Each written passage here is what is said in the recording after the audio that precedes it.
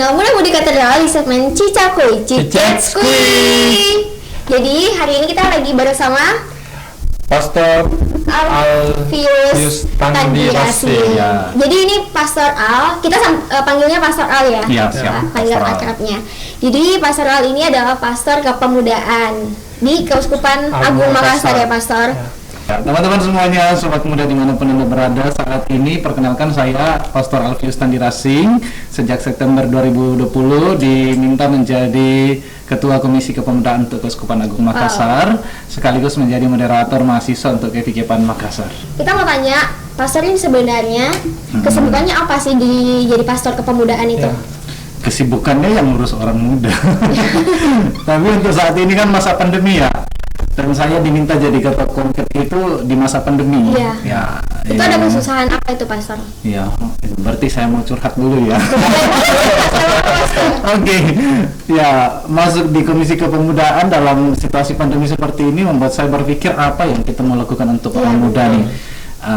Awal-awal saya tuh cari-cari apa yang cocok ya. Kita mau ketemu juga nggak bisa kumpul-kumpul. Tapi kita dapat inspirasi dari KWI, dari Komkep KWI kan banyak ini virtual kegiatan gitu kan. Nah, akhirnya di Komkep kita bikin ya ada ngobrol asik, ngobras dan banyak lah. Itu kalau kegiatan Komkep. Kalau kegiatan sehari-hari sih ya kantor, masuk di kantor banyak urusan administrasi, kemudian ngajar mahasiswa juga. Saya ngajar di UNEM, di UKIP sama di Unhas. Itu keagamaan ya, Pastor? Iya, ngajar agama. Soalnya itu bidang saya. Iya, kalau mau ngajar matematika saya nggak bisa. Tapi Pastor, apa pengalaman Pastor sebelum menjadi pastor kepemudaan? Pastor. Apa mungkin sebelumnya jadi pastor, jadi bidang apa gitu? Ya, gitu. Ya.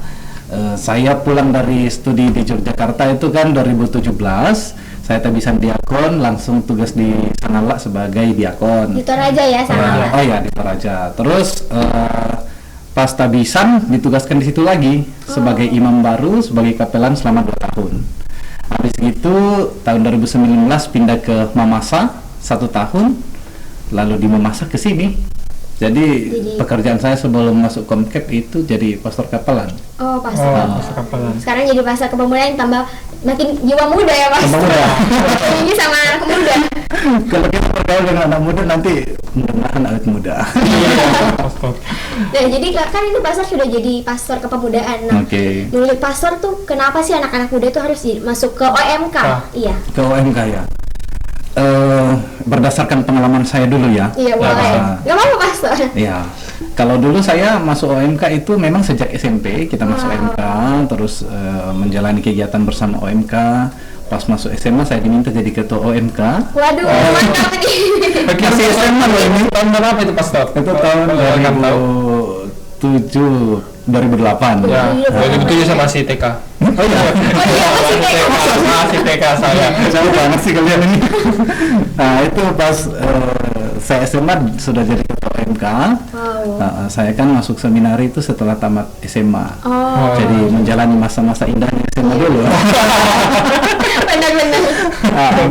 Lalu masuk di seminari setelah itu. Jadi saya sangat berharap bahwa teman-teman muda itu ya di masa-masa remaja itu bergaul dengan teman-teman yang positif lingkungannya gitu kan. Nah, OMK itu adalah salah satu lingkungan yang positif karena 80% dari perkembangan kepribadian kita itu dibentuk oleh pengaruh lingkungan.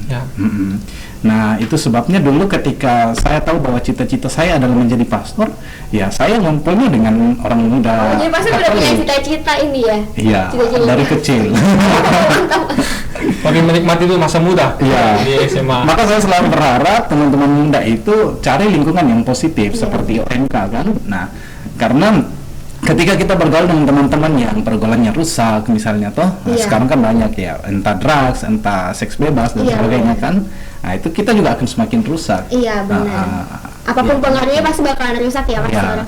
Dan kalau di kepemudaan kan positif. Ada pertemuan, terus bisa saling ngajak ke kegiatan berdoa bersama gitu kan. Jadi makin positif gitu ya, Pastor. Betul. Nah, kan Pastor bilang tuh tadi Pastor dulunya mantan OMK ya. Ya. Dan ketua OMK. Nah, Pastor tuh OMK-nya di mana sih, Pastor? Saya OMK-nya di Paroki Getengan di Toraja. Oh, di Toraja juga ya. Kecamatan Mengkendek di Toraja. Oh. Jadi saya dari kecil sampai SMA di Toraja. Nanti Aktif setelah juga di gereja, Pastor. ya hiperaktif. aktif. Sama ini. Jadi mungkin ke depannya pas Alfonso jadi pastor nanti sama dengan Amin. Masih terbuka kemungkinan. Kenapa Pastor bisa mengatakan hiperaktif, Pastor? Soalnya kan gini, saya punya pengalaman di masa kecil sering saya dimarahi oleh kakak karena terlalu banyak aktif di kegiatan organisasi gereja. waduh. Udah masuk pembina sekami, udah masuk OMK, udah masuk THS THM, udah belajar misdinar tapi nggak sempat misdinar. Gitu, jadi sepulang sekolah hampir seluruh kegiatan sore saya itu di gereja. Waduh, aktif banget Pastor dari kecil. Tapi sebelum itu, mungkin banyak dari teman-teman kita belum tahu Pastor. Mungkin bukan teman sahabat Katolik kita. Ya. Apa sih itu Pastor THS, Pastor? Betul ya.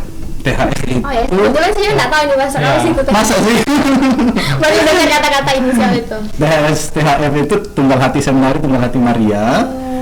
Pencak silat bela diri yang ada di di dalam gereja Katolik. Wow, Pancasila Pastor. Jadi bisa. Pencak silat. Oh. Gitu. Semacam pakai. Wah, Jadi hati-hati loh ini. bukan yang biasa pakai baju warna biru itu, Pastor. Betul sekali. Yang itu. Berarti seru ya, masa-masa makin seru karena di dalamnya tuh banyak kegiatan ya. Ya, banyak banget. Karena kegiatan positif. Iya. Ya. Dan sekarang saya juga menjadi moderator untuk THSTM Distrik Makassar, itu membawahi semua keuskupan Iya, ini Makassar. Pastor keren sekali. Tapi Pastor dia jago bela diri ya. Enggak. Jangan sampai habis ini saya dites. Aduh. Nah, kira-kira kalau saya nih, kita anak-anak muda masuk OMK itu Pastor, Oke. apa yang sih yang kita dapat dari OMK, dari organisasi itu? Ya. Selain positif ya kan? Ya, selain kegiatan positif, kita bisa juga dapat teman yang banyak kan? Iya, benar sekali. Soalnya teman-teman nih banyak yang mengeluh ke saya, Pastor gimana sih caranya dapat jodoh yang seiman? Juga Pastor. Banyak, sampai ada yang pernah WA saya, Waduh. Pastor apakah benar punya grup biro jodoh? Ya kan? Nah, teman-teman selain dapat teman baru kan bisa dapat jodoh atau dapat pasangan di OMK toh. Kemudian juga apa lagi ya, banyak lah positifnya. Bisa pengembangan diri karena di OMK kan ada juga LDK latihan dasar kepemimpinan, tingkat dasar, tingkat lanjut kan, kita pengembangan diri di situ, kemudian juga kita diajak wirausaha, bagaimana berbisnis dan sebagainya kan. Iya, betul. Jadi makin proses ya di OMK itu Pastor. Ya, ya mungkin di tempat lain ada juga sih, tapi kalau di OMK kan Lumayan spiritualitasnya beda. Ya, kalau betul. misalnya saya ikut workshop misalnya wirausaha di tempat lain, oke, dapat sih ilmunya, Iya, tapi benar. spiritualitasnya enggak. Kalau di OMK kan artinya sambil dapat rohaninya juga, apa sih spiritualitas atau motivasi kita di dalam berbisnis gitu kan. Benar. Berarti Ya. mencakup semuanya, Pastor ya. Ya. Spesialnya paket lengkap komplit. Ya, paket lengkap Pastor. Tapi kan kebanyakan Pastor, teman-teman yang sekarang apalagi masuk ke zaman, ya tanda kutipnya orang biasa mengatakan zaman apa ya, milenial. Milenial. Teman-teman banyak mengatakan, memang sih masuk syarat-syarat untuk masuk OMK sih Pastor. Iya. Dari Pastor sendiri. Mungkin dari segi umur. Ya. Segi umur ya, dari segi umur OMK itu adalah orang muda yang berumur 13 tahun. 15 tahun. Berarti SMP kira-kira ya? SMP kelas Masuk, SMK 1 ya.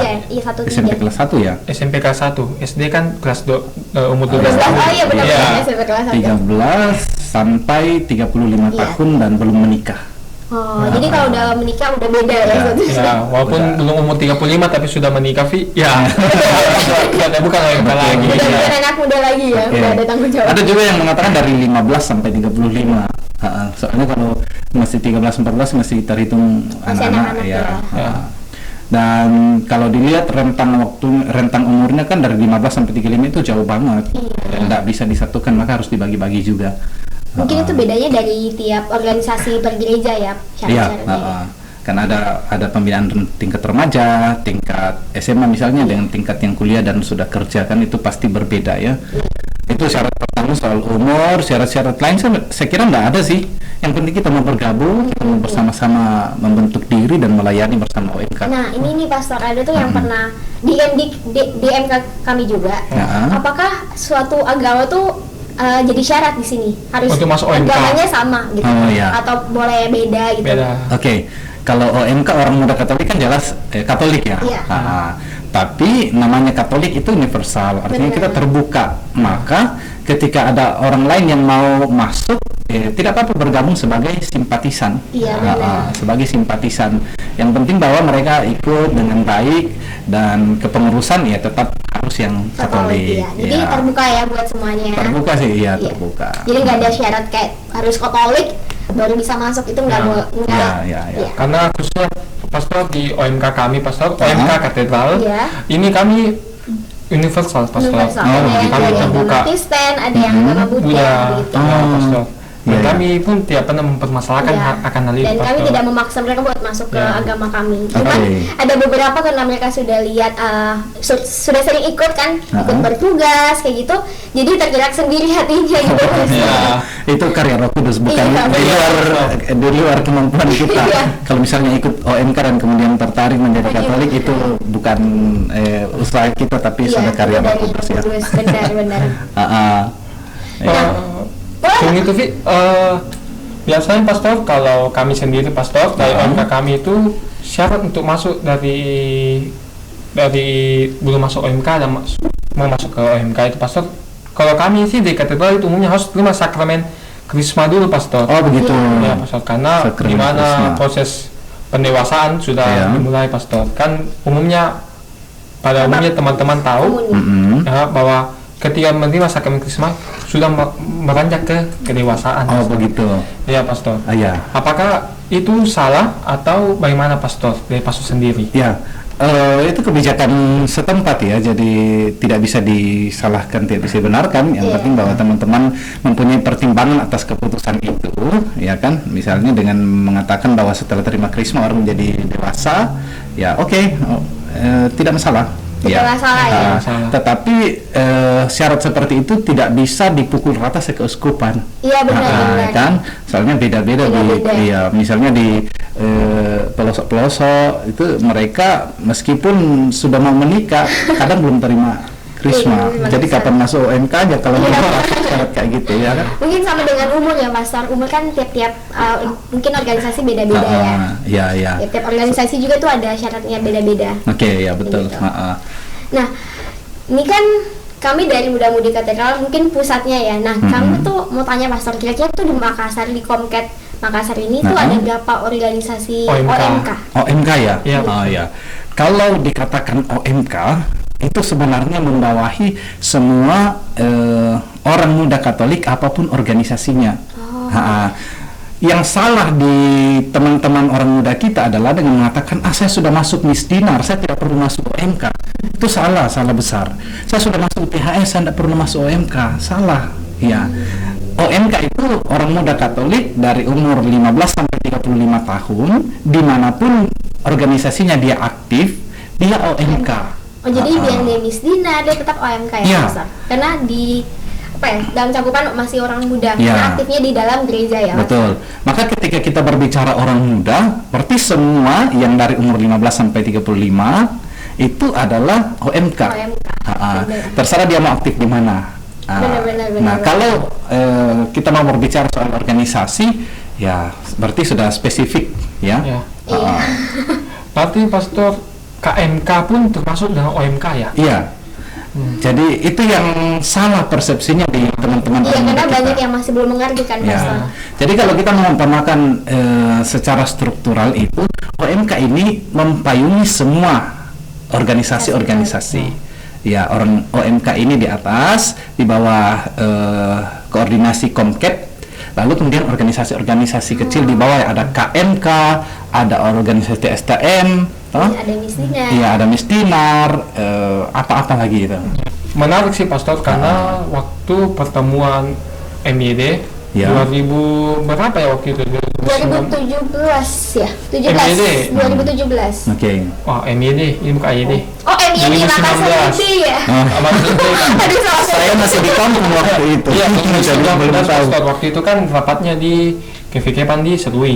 Oke. Nah, banyak menjadi pertanyaan dari teman-teman OMK lain. OMK di sini Pastor dan tanda kutip ini yang aktif di gereja Pastor ya. Oke. Ya buat teman-teman mohon maaf sebelumnya apabila Salah. ada yang salah. Mereka mempertanyakan Pastor, apakah KMK itu dia termasuk OMK? Karena pada umumnya seperti Pastor katakan tadi, bahwa apabila mereka sudah aktif di KMK, mereka akan berpikir kapasitas mereka sudah sama dengan aktif di OMK di dalam paroki Pastor. Oke. Apakah mindset itu salah atau benar Pastor? Iya. Menurut saya salah ketika kita memposisikan diri saya hanya di organisasi ini dan saya tidak perlu ikut ke OMK sana, karena itu tadi OMK itu adalah semua ya. Meskipun saya aktifnya di salah satu organisasi KMK, ya saya masih tetap bagian dari OMK begitu. Nah, jadi menurut saya salah ketika kita ada sekat-sekat seperti itu ya. Jadi nggak terbuka ya Pastor, Iya. dan tidak mau kenalan sama yang lain gitu ya. Mestinya kita mengatakan seperti ini, kita semua OMK ya. Baik dia KMK, baik dia THS, baik dia mestinya kita semua OMK. Hanya saja saya lebih aktif di organisasi ini, tapi saya juga OMK gitu ya. Harusnya seperti itu.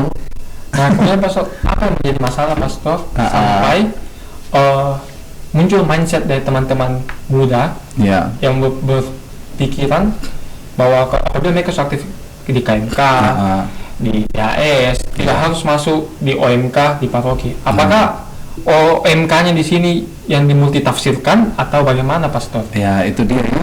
Nanti kita tanya sama OMK ini. Karena kalau saya yang mau jauh, saya harus penelitian dulu. Tapi ya kalau menurut saya, karena teman-teman belum memahami betul bahwa OMK itu adalah payung kita bersama. Iya. Iya, itu. Teman-teman tidak memahami itu. Masih belum mengerti ya Mas. Iya, harusnya memang semua satu persepsi bahwa kita berada di bawah satu payung OMK. Nah, di bawah satu payung itu ada beberapa organisasi. Nah, seperti itu. Baik. Iya. Nih Pastor, saya mau tanya, jadi kalau misalnya kan sekarang anak-anak muda tuh pilihnya ke mall, atau ke kafe, nongki sama teman-teman, atau ke mana gitu. Nah, menurut Pastor, apakah sekarang tuh OMK tuh jadul apa gimana sih Pastor? Menurut saya memang karena Haluyawi lebih menarik. Benar juga. Itu benar-benar cobaan ya Pastor. Nah, justru itu kita mesti menyadarkan teman-teman OMK harus menyadari kalau sudahlah lebih senang ke mall, ke tempat-tempat hiburan daripada ke OMK, berarti ada sesuatu yang ini perlu dibenahi di dalam hidup rohaninya. Benar-benar. Ya. Itu mungkin tugas kita kami Semua, ya tugas kita semua. Termasuk OMK di rumah atau di mana saja, ya itu tugas kita semua. Memang ya yang lebih menarik itu ya ke mall, ke tempat karaoke atau mabar daripada ikut nyanyi kor di gereja kan ya. Ya, mungkin Pastor seperti yang kita bahas tadi Pastor, yang kita Pastor katakan bahwa memang OMK ini multitafsir Pastor. Jadi mungkin teman-teman, buat teman-teman yang belum masuk OMK, mungkin berpikirnya begini Pastor, masuk OMK berdoa, bernyanyi lagu rohani, dan lebih ke rohani sih Pastor ya mungkin. Jadi 80-90% itu rohani Pastor. Iya Pastor. Nah, itu mungkin setelah kami telusuri teman-teman yang belum masuk OMK, teman-teman yang belum masuk Pastor ya, bukan tidak masuk, belum masuk. Mereka lebih banyak mengatakan bahwa apa sih yang bikin OMK? Menyanyi, berdoa. Nah, kan kalau begitu kan bisa di rumah saja, bisa bersama keluarga. Nah, jadi Pastor, apakah OMK begitu Pastor? Hanya di rohani saja? Ya. Apa ada kegiatan yang lain seperti itu Pastor? Iya. Kalau hanya rohani saja, ya pasti tidak akan menarik tuh untuk teman-teman. Maka saya lebih senang kalau di dalam OMK itu ada kegiatan-kegiatan lain yang memang disukai oleh orang-orang muda. Kita masuk melalui pintu orang muda, lalu keluarnya melalui pintu kita. Ya. ada goal yang harus dicapai, tetapi caranya kita masuk adalah pintunya teman-teman orang muda. Nah, kalau dalam OMK itu hanya rohani saja, saya kira tidak. Teman-teman mungkin yang sebenarnya semua sudah masuk OMK sih. Artinya kita menghindari bahwa mereka belum masuk, bukan. Semua sudah masuk OMK, orang muda Katolik. Kalau memang dia sudah dibaptis ya. Hanya saja tidak aktif gitu. Jadi belum mengerti apa kegiatan di dalam ya, Pak? Ya. Nah, kalau teman-teman sudah aktif di OMK pasti akan tahu kan kegiatan-kegiatan apa saja yang bisa menarik dan bisa dilakukan di situ ya. Mungkin ada pepatah seperti tak kenal maka tak sayang ya, Mas. Oh ya, tak kenal maka tak kenal. Boleh Mas minum dulu pantai aja. Nah, mau santai saja. Menurut Pastor, seperti yang kita bahas awal-awal tadi, apakah dengan masuk OMK itu ada pengaruh yang sangat besar dalam diri seseorang atau individu, Pastor? Saya bisa menjawab dari pengalaman saya kembali ya. Oh, boleh. Untungnya dulu saya aktif di OMK jadi kalau enggak. Nah, pengaruh besarnya adalah kita mempunyai lingkungan yang positif. Ya, sekali lagi kembali ke situ dan mengembangkan pribadi kita menjadi seperti yang paling tidak kita kehendaki atau orang lain kehendaki atas diri kita dari orang-orang tua misalnya atau dari Tuhan malah ya. Nah, pengaruh besarnya membentuk kita menjadi pribadi yang punya karakter karena di OMK kita dibentuk menjadi orang yang berkarakter memang sesuai keyakinan kita di Katolik. Sejauh saya alami, seandainya dulu saya tidak aktif di OMK, mungkin saya akan terjun ke pergaulan bebas dan saya tidak menjadi pastor.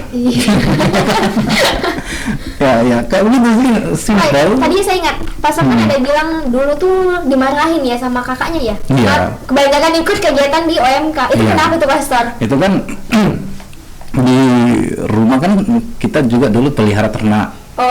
Dan sudah dibagi-bagi karena tugasnya ini, saya tugasnya kasih makan ternak. Kadang-kadang sepulang sekolah saya langsung ke gereja kan, tidak urus ternak. Nah, kadang-kadang di situ dimarahi. Atau ada pekerjaan-pekerjaan yang terbengkalai hanya karena terlalu aktif di gereja. Tapi tetap mendukung ya? Ya, tetap mendukung. Cuman karena nggak ngejalanin tugasnya. Iya. Ya, gitulah. Untuk kedepannya, Pastor, apakah dari Pastor sendiri sebagai Komisi Kepemudaan, adakah event yang untuk keuskupan yang bisa mencakup semua OMK ikut kembali, Pastor? Seperti MYD sama teman-teman OMK yang ada di Makassar. Itu harapan kita bersama. Saya mempunyai mimpi bahwa kita bisa melakukan sebuah kegiatan yang massal setelah pandemi ini ya. Untuk sekarang memang sangat tidak memungkinkan. Saya sedih ya. Kalau kegiatan kita tuh semua kayak virtual semua ya, Pastor. Jadi rindu mau berdinamika bersama teman-teman OMK.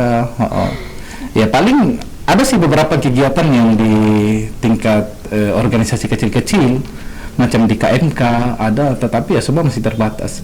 Kita mau bermain dinamika misalnya outbound nggak bisa sentuhan-sentuhan, masih sangat terbatas. Dan ya saya sendiri merindukan semua OMK kita kumpulkan untuk berdinamika bersama. Iya, saya rindu itu, dan untuk kedepannya tetap kita akan laksanakan. Hanya saja karena pandemi ini kita belum bisa memastikan ya. Iya. Ada beberapa kegiatan yang sifatnya tingkat kefikiran, Makassar Youth Day itu sementara dalam perencanaan tetapi tidak dapat dilaksanakan. Karena pandemi ini ya, Pastor lah. Iya, Sulbar Youth Day, Sultra Youth Day, Lu Raya dan Toraja Youth Day. Itu kan semua kepikiran tuh ada kegiatan. Karena kami udah ikut rapat ya, kita udah ikut rapat Pastor sebenarnya jalan 2019 Pastor. Iya. Jalan, cuman tiba-tiba pandemi.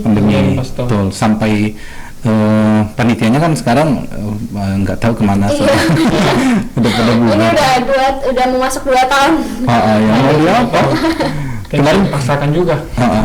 Kalau di tingkat nasional ada Virtual Youth Day, Indonesia Youth Day ya.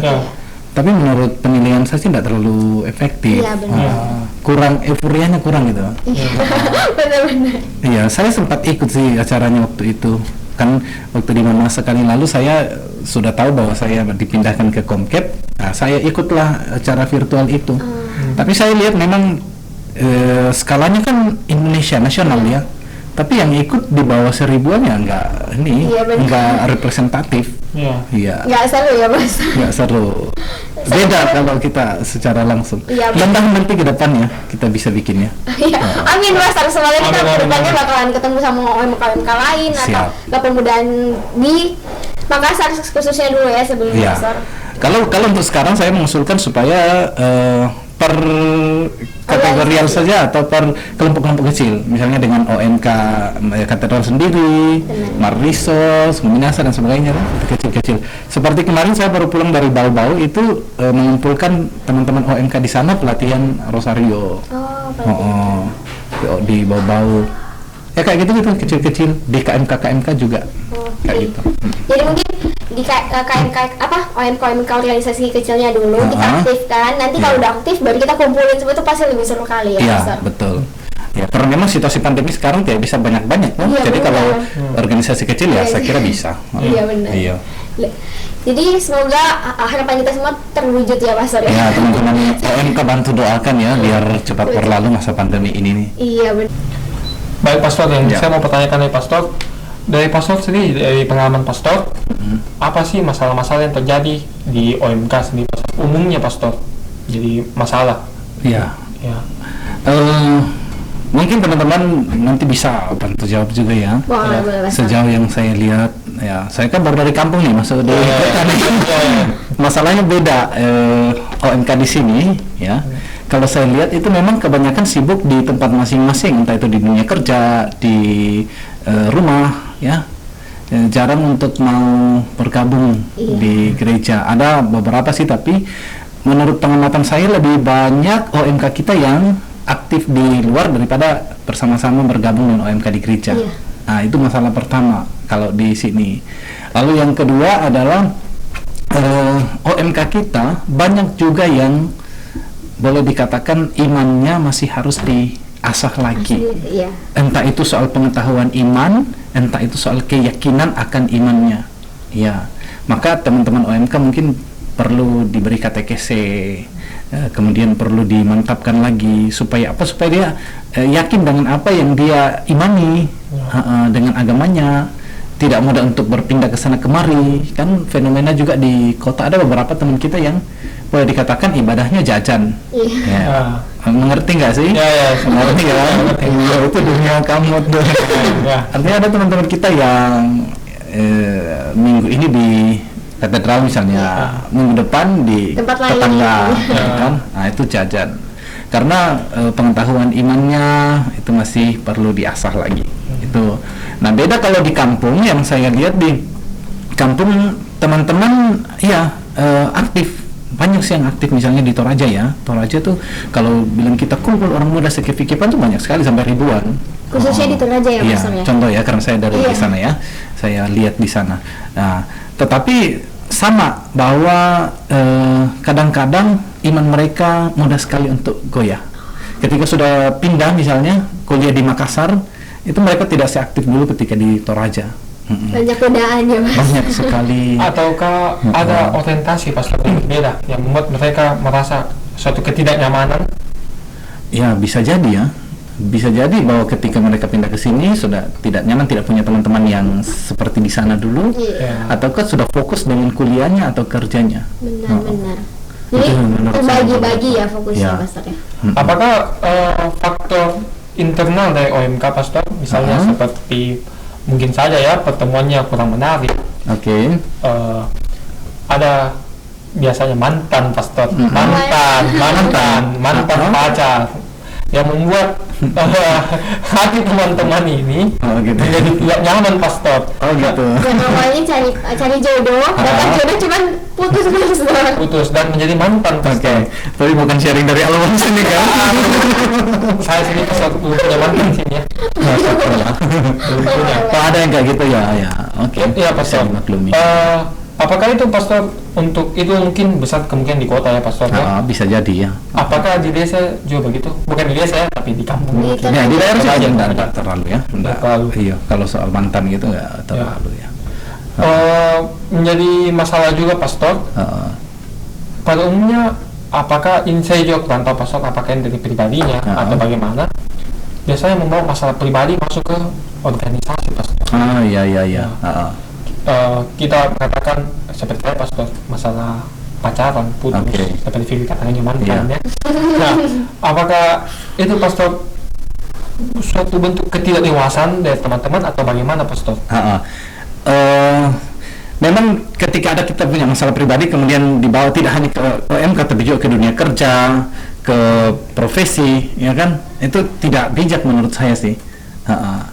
Maka kalau ada teman-teman OMK yang bermasalah dengan misalnya pengurus, bermasalah dengan OMK lain yang aktif, ya saya kira tidak bijak kalau untuk mau menarik diri lalu kemudian mengambil jarak dengan orang-orang itu. Menurut saya kurang bijak. Karena pada umumnya pastor, ini bukan hanya masalah jadi kami jujur juga, ini bukan hanya masalah di OMK kami, mungkin saja ya, mungkin saja di banyak OMK lain, karena bagaimanapun juga OMK Katedral juga ini ya tidak sempurna ya, jauh dari kata sempurna juga pastor, walaupun kita semua jauh dari kata sempurna. Iya betul pastor, walaupun kami berusaha menjaga anggota kami, membina, membimbing mereka juga, tapi ya seperti tadi pastor, dari pengalaman saya pastor, saya di OMK ini sudah berapa tahun? 5 tahun ya? 5 tahun. 5 tahun banyak terjadi hal demikian pastor. Ya. Tapi saya juga tidak bisa mengatakan bahwa pribadi mereka yang salah atau siapapun yang salah pastor. Tapi mungkin ini menjadi masalah bersama pastor. Nah, yang muncul lagi pertanyaan dari saya pastor, apakah kan sempat pastor katakan bahwa berpindah ke tetangga. Ya, apakah dengan teman-teman yang merasa beribadah atau mengikuti apa ya istilahnya ibadah mereka itu salah pastor? Iya. Apakah itu salah pastor? Saya selalu menganjurkan kalau misalnya kalau misalnya ditanya salah atau benar, saya kan bukan hakim ya. Tapi artinya pandangan saya saja. Betul, saya mengerti. Ya, kalau pandangan saya untuk teman-teman yang biasa jajan ibadah seperti itu, berarti pemahamannya tentang liturgi di gereja kita itu masih kurang. Pentingnya ekaristi, adorasi, itu berarti masih kurang. Nah, kadang-kadang yang menarik bagi teman-teman muda adalah suasana sesaat ketika mereka mengikuti ibadah di tempat lain. Contohnya ya karena di tempat lain itu kita kan bernyanyi, Bapa sentuh hatiku sampai nangis-nangis kan misalnya. Contoh ya. Di Katolik tidak ada seperti itu. Ya kan. Ya itu sharing dari OMK juga. Nah, menurut saya kurangnya pemahaman kita tentang ekaristi dalam gereja Katolik itu membuat kita kadang berpindah jajan. Iya. Maka yang perlu kita lakukan adalah memperdalam makna ekaristi itu untuk kita. Iya. Kalau teman-teman muda tahu apa itu ekaristi dan benar-benar dapat maknanya, tidak akan mungkin pergi jajan. Karena udah yakin dan percaya. Iya, betul sekali. Ya, ingat ya teman-teman. betul. Viralnya sekarang pastor, pastor, sosmed pastor. Menjadi masalah baru juga di masa pandemi ini pastor.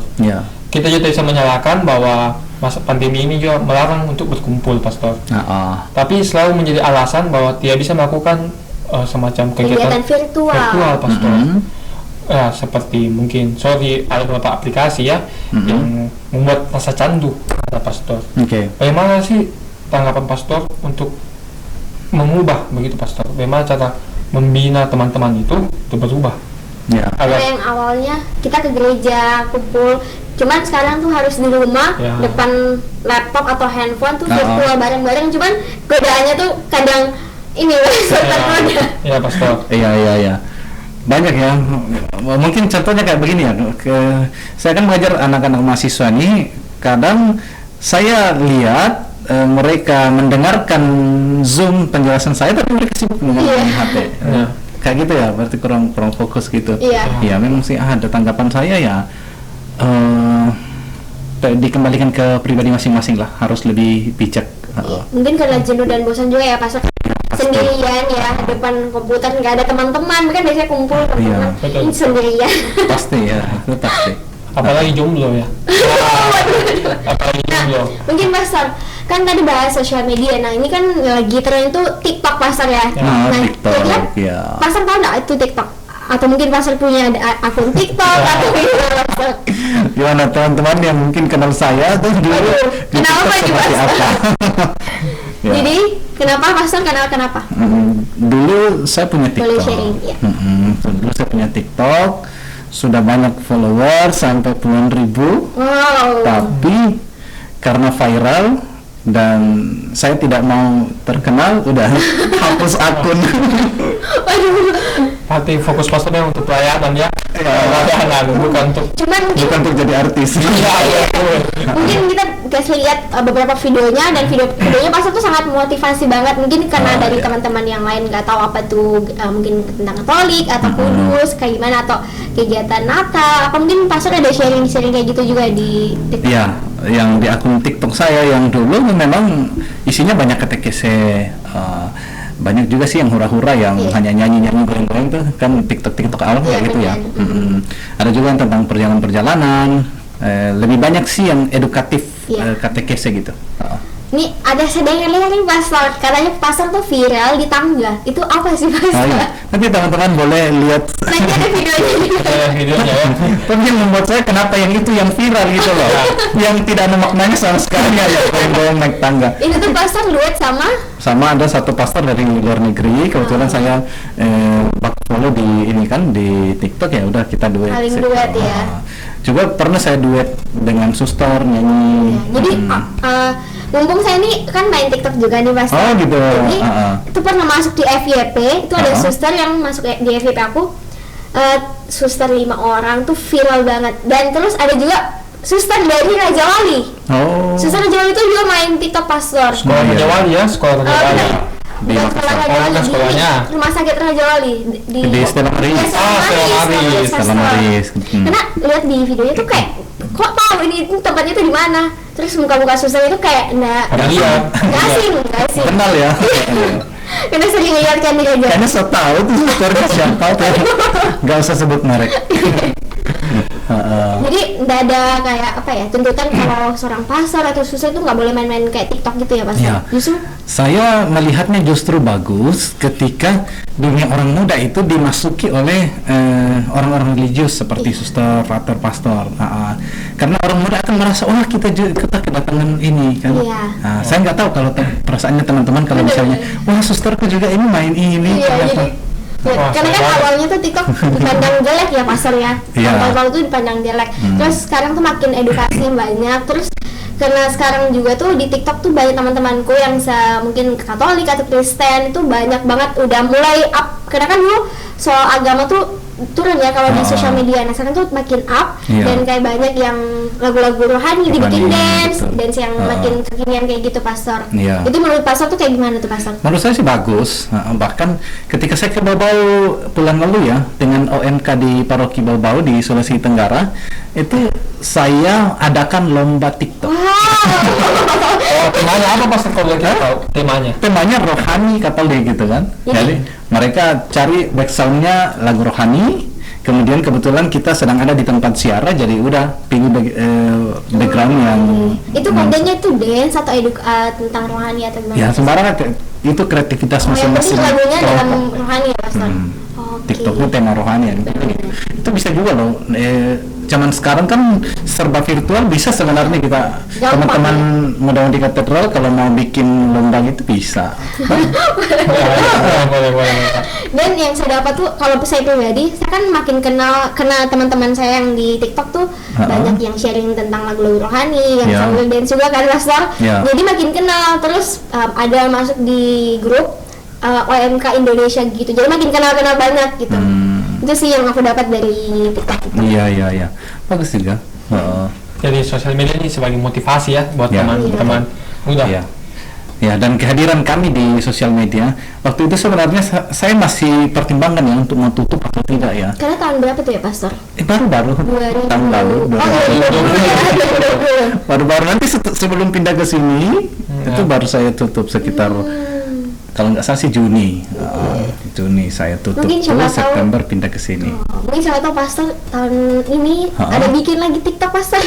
Ya mungkin TikTok tapi bukan pakai nama pribadi kali ya. Oh, Pastor merahasiakan. Saya tuh selalu dulu juga IG saya kan sejak Frater itu sudah banyak sekali followersnya, Iya. sudah puluhan ribu. Wah, Pastor Tapi terkenal ya. saya selalu tarik diri kalau sudah sampai di batas-batas sudah semakin banyak orang yang follow. terbawa arus yang salah ya, Pastor di. Saya merasa atau gimana? privasi saya banyak terbuka gitu. Nggak suka ya, Pastor ya. Karena karena dalam satu hal yang harus kita terima tuh kalau masuk di dunia sosial media tuh kalau kita viral itu semua pribadi itu harus terbuka. Iya. Kalau pelan-pelan tuh pasti terbuka. Saya sih waktu itu ya bilang, aduh kayaknya ini sudah terlalu jauh saya melangkah nih, sudah viral banget, udah saya tarik diri, saya hapus Instagram, Facebook juga sekarang saya nggak pakai. Saya hapus juga TikTok, sekarang sisa YouTube aja. Cuman sekarang Instagramnya apa, Pastor? Sekarang Instagram lebih pada promosi Rosario. Rosario-nya Al Production. Boleh. Tapi itu juga sarana pemberdayaan orang muda. Saya beberapa teman muda saya kumpulkan, lalu bimbing mereka untuk bikin Rosario. Oh, jadi itu di. Terus terima pesanan. Wow, jadi di Instagramnya Pastor itu kayak bikin Rosario ya? Iya, Karena itu Rosario karya production. sendiri. Karya sendiri dari anak muda atau sama Pastor? Ya, saya bersama dengan teman-teman anak muda, ada dari paroki Telo, paroki Andalas. Itu mereka kumpul, kadang saya panggil ke Serui untuk ambil bahan. Wow, boleh Kak, guys kalian dicek, boleh guys kalian cek di IG-nya. Rosario All Production ya, Pastor ya. Sepanjang masa Prapaskah ini kita bikin 1000 Rosario gratis. Dibagi-bagi. Itu bagi-baginya gimana tuh, Pastor?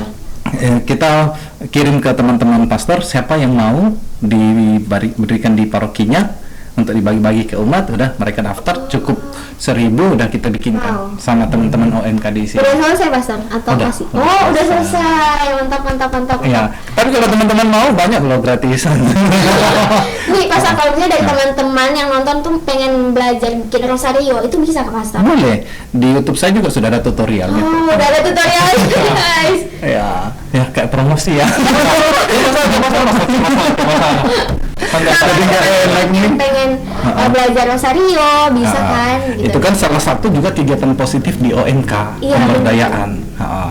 Selain mengajak OMK untuk isi waktu dengan kegiatan positif, juga mengajak mereka untuk bisa mandiri kalau itu dikembangkan jadi wirausaha. Benar. Bayangkan misalnya Vivi nih ya, saya ajari ya. Nah, nanti bisa bikin branded sendiri, udah produksi sendiri, jual deh seluruh Indonesia. Jadi bisa dapat cuan, guys. Itu kan penting untuk kehidupan kita ya.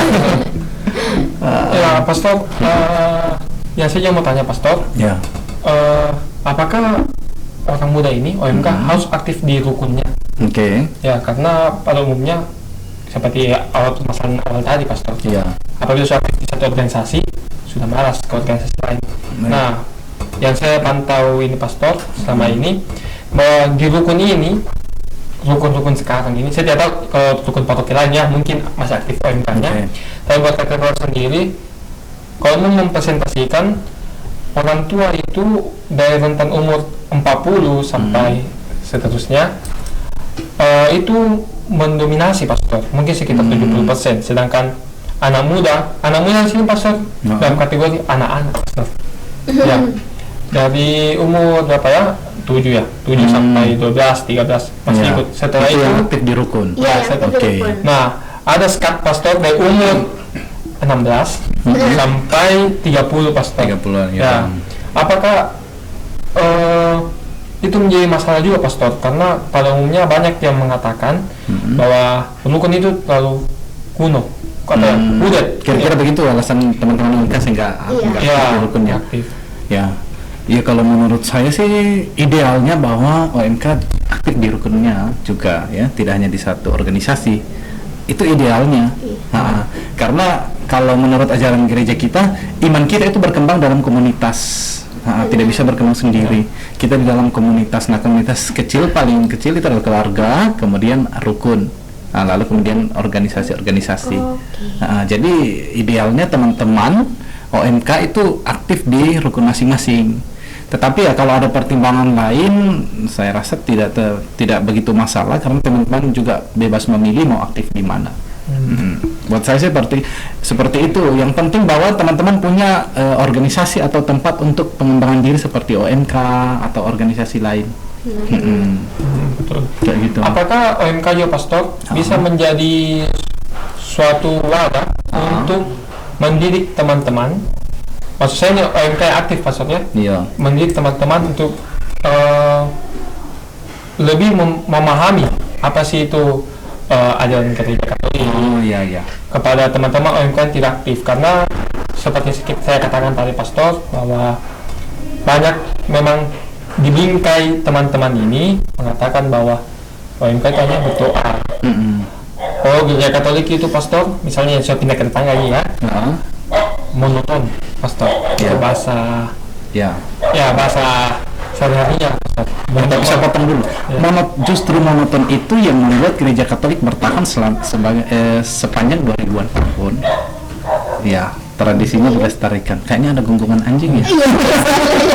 Maaf teman-teman. Apakah itu menjadi masalah Pastor? Ya, bahwa monoton di gereja Katolik itu ya. Iya. Ya, kok saya lupa sih. Ini mengenai bahwa apakah OMK ini yang aktif ini bisa menjadi wadah. Justru itu tujuannya OMK.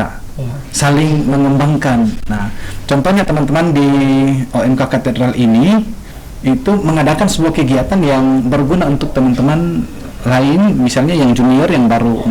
Contoh ya, teman-teman membuat seminar pendidikan seksual bagi remaja. Ya, itu kan bisa memberikan pengetahuan bagi mereka. Atau bahaya narkoba. Nah, kita bikin kegiatan seminar kayak begitu. Jadi justru OMK itu menjadi wadah yang baik untuk pengembangan diri itu. Ini mungkin Pastor pernah bahas juga di Komkep punya YouTube atau pacaran beda agama Pastor. Ini pertanyaan yang paling sering terjadi juga. Ya, sering terjadi. Pertanyaan favorit. Apakah boleh Pastor? Apakah boleh ya? Boleh atau tidaknya itu saya selalu menganjurkan supaya teman-teman OMK tidak dilarang, tetapi dianjurkan untuk mencari yang seiman. Mencari seiman. Ya, teman-teman OMK tidak dilarang, tetapi dianjurkan untuk mencari yang seiman. Kenapa saya mengatakan seperti itu? Karena saya tahu bahwa tidak mudah untuk menjalani pacaran cinta beda agama. Sedangkan yang seagama saja tidak mudah, apalagi yang beda agama. Itu baru masa pacaran, belum lagi kalau mau menikah, ya harus berdiskusi tentang keyakinan. Belum lagi kalau sudah ada anak, mau dibaptiskan di mana. Sebenarnya pembahasannya panjang, tapi kapan-kapan kita bisa next episode khusus buat cinta beda agama kali ya. Saya hanya mengharapkan kegiatan-kegiatan itu baik di tingkat paroki maupun di kategorial teman-teman masing-masing itu kalau bisa sedapat mungkin dikoordinasikan dengan Komisi Kepemudaan supaya kita kerjasama. Baik. Ya kan? Sekarang di Komisi Kepemudaan saya sedang mengatur struktur organisasi di keuskupan kita, bahwa ada Komkep, kemudian ada tim, lalu di bawahnya tim ada tim kepemudaan Kevikepan, itu di setiap Kevikepan ada. Di bawahnya tim kepemudaan Kevikepan ada pastor paroki dan SKP, lalu di bawahnya ada OMK dan pengurus-pengurusnya. Nah, jadi sebenarnya semuanya dalam satu garis koordinasi. Nah, saya selalu berharap kegiatan teman-teman baik di katedral sini atau di tempat lain itu selalu dalam koordinasi dengan Komkep, kurang lebih seperti itu, supaya kita punya arah yang sama. Dan saling komunikasi terus ya Pastor ya. Ya, gak apa-apa, atau mau minta saran saja gak apa-apa. Saya sih sebenarnya senang kalau semua bisa jalan sendiri, tetap dalam koridor yang baik ya, yang positif, karena tidak mungkin saya turun semua untuk menangani kan. Banyak ya Pastor. Bagus kalau memang semua sudah berdikari jalan sendiri, tetapi tetap kami mempunyai kewajiban untuk mengarahkan. Ya. kurang lebih seperti itu Apa tuh teman-teman. mungkin dari saran dari pastor tuh lebih menarik ya kan? Gitu. Ya semoga. Tapi biasanya OMK punya lebih menarik. Kayak gini-gini kan ini inovasi terbaru ini mengikuti zaman. Ya. Saya punya satu pertanyaan pastor lagi. Iya. Apakah orang yang tidak berdomisili, misalnya contohnya saja di katedral pastornya, kami jujur saja bahwa kalau mau dipresentasikan pastor 60% anggota OMK Katedral Makassar, Iya. Makassar teman-teman, bisa dikatakan dari paroki lain pastor. Oh gitu. Iya. Jadi untuk 60% itu dari paroki lain, 40% dari sini. Oke. Nah, buat tim yang di belakang sini juga semua ini Beda-beda paroki beda-beda pastor. paroki. Ada dari Gotong-Gotong, ada dari Andalas. Dalam, ada dari Dari mana ya? Tello. Oh, yang punya Tello. jauh Nah, pastor. Oke. silakan kami berdua ini asli. Nah, Ya. dengan pastor punya tanggapan soal itu. Oke. Oh tanggapan saya ya. Iya. Baik. Idealnya sebenarnya, ya, orang muda aktif di lingkungan terdekat. Iya. Itu idealnya. Tetapi tidak menutup kemungkinan ada teman-teman orang muda yang mungkin lebih merasain di satu tempat. Menurut saya tidak begitu masalah karena itu demi perkembangan dirinya. Itu pandangan pribadi saya ya. Nah, kalau dia memang merasain di paroki sana, tidak apa-apa dia aktif di sana. Yang penting bahwa dia bergabung di OMK dan aktif mengembangkan diri bersama dengan teman-teman. Yang penting tetap positif ya pastor. Ya, Dimana idealnya memang aktif di lingkungannya Iya. kan, di mana di parokinya dia. Tetapi kalau daripada dia tidak aktif, ya kan, Ya. mending aktif di tempat lain nggak apa-apa. Dan di Makassar sini kan banyak sekali ya. Iya, Ada banyak OMK sekali. Tello aktifnya di Andalas, Iya, ada betul. OMK Mamajang aktifnya di Kare. Ada Tanjung aktif di Markisa juga. Oh, gitu. Iya. Jadi Ya. cukup bervariasi juga pastornya. mungkin karena teman-temannya juga di sana jadi saling ini ya pastor ya. Menurut saya sih ya meskipun tidak ideal tapi tidak apa-apa, tidak masalah. Benar. Nah pastor, ini kita udah mau di penghujung. Oh, cepat banget ya. Padahal masih pengen ngobrol lama-lama. Oh, iya. Nah, kira-kira tuh pastor ada saran apa sih buat teman-teman OMK yang udah ada di OMK nih ya, udah organisasi cuman masih belum aktif. Kira-kira tuh apa sih? Oke, baik teman-teman OMK, saya sebagai Ketua Komisi Kepemudaan sangat berharap bahwa teman-teman yang berumur 15 sampai 35 tahun itu semua sudah masuk OMK, tinggal aktif atau tidaknya. Saya sangat berharap teman-teman bijaksana untuk memilih lokasi atau tempat bergaul yang sangat positif dan mengembangkan diri. Kita menjauhkan diri dari orang-orang yang mau menjerumuskan kita atau lingkungan yang tidak sehat untuk kita. Nah, saya sangat merekomendasikan teman-teman bergabung untuk aktif di OMK atau di KMK atau di organisasi manapun di bawah binaan OMK supaya membentuk kepribadian teman-teman menjadi lebih baik, mempunyai lingkungan yang mensupport teman-teman. Benar. Ini pengalaman saya. Karena pastor tuh pengalaman dari kecil ya. Iya, Udah makanya aktif jadi banget. pastor. Jadi Iya. pengalaman tuh banyak banget. Nah, mungkin kali ini corona semoga cepat menurun. Ya, Apakah ini mungkin amin. jadi awal bangkitnya OMK lagi ya pastor ya? Iya, saya berharap demikian bahwa akhir-akhir ini corona sudah ini ya Iya. mulai menurun. Semoga kita bisa segera Bangkit lagi bangkit ya. lagi. Jangan makin menurun kan. Ya.